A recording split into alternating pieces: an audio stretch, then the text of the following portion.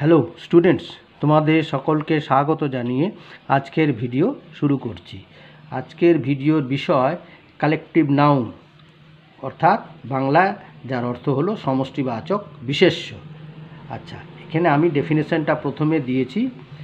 যে নাউন কোনো একটি ব্যক্তি, প্রাণী বা বস্তুকে এককভাবে না বুঝিয়ে তাদের সমষ্টিকে বোঝায় তাকে কালেকটিভ নাউন বলে।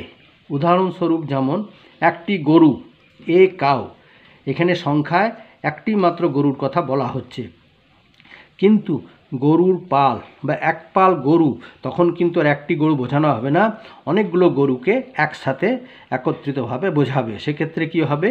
এ হার্ড অফ কাউজ। সেরকমভাবেই একটি ফুল, মানে সংখ্যায় একটি মাত্র ফুল, এ ফ্লাওয়ার, কিন্তু সেটা যদি ফুলের তোড়া হয়, যেখানে অনেকগুলো ফুল নিয়ে একটা তোড়া তৈরি হয়, সেখানে কি হবে? ফুলের তোড়া। এখানে ফুলেদের সংখ্যায় অনেকগুলি এবং তাদের সমষ্টিকে বোঝানো হয়, তাই এখানে কি হবে? এ বুকে অফ ফ্লাওয়ার্স। এই ধরনের কালেকটিভ নাউনগুলি হলো গ্যাং, মানে দল, যেমন ডাকাতের দল, a gang of dacoits. Team, এটাও দল, এখানে একদল ডাক্তার, a team of doctors. Flock, এটাও দল, ভেড়ার দল বা পাল, যাই হোক, এ ফ্লক অফ শিপ।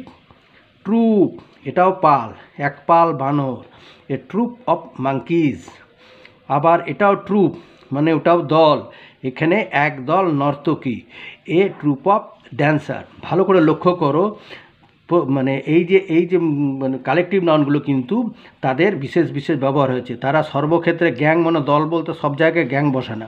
আবার টিম, দল বললেও সব জায়গায় এ টিম অফ ডকয়েটস বোঝানো হবে না, এ টিম অফ ডক্টরসই বোঝানো হবে। আবার এই গ্যাং অফ ডক্টরসও হবে না। তাহলে বোঝা গেল তো যে এই সমস্ত আরও অনেক আছে কালেকটিভ নাউন, যেগুলো আমি পরবর্তীকালে তোমাদের আস্তে আস্তে বুঝিয়ে দেবো। এই কয়েকটা তোমরা ভালো করে দেখে নাও, ঠিক আছে? আচ্ছা।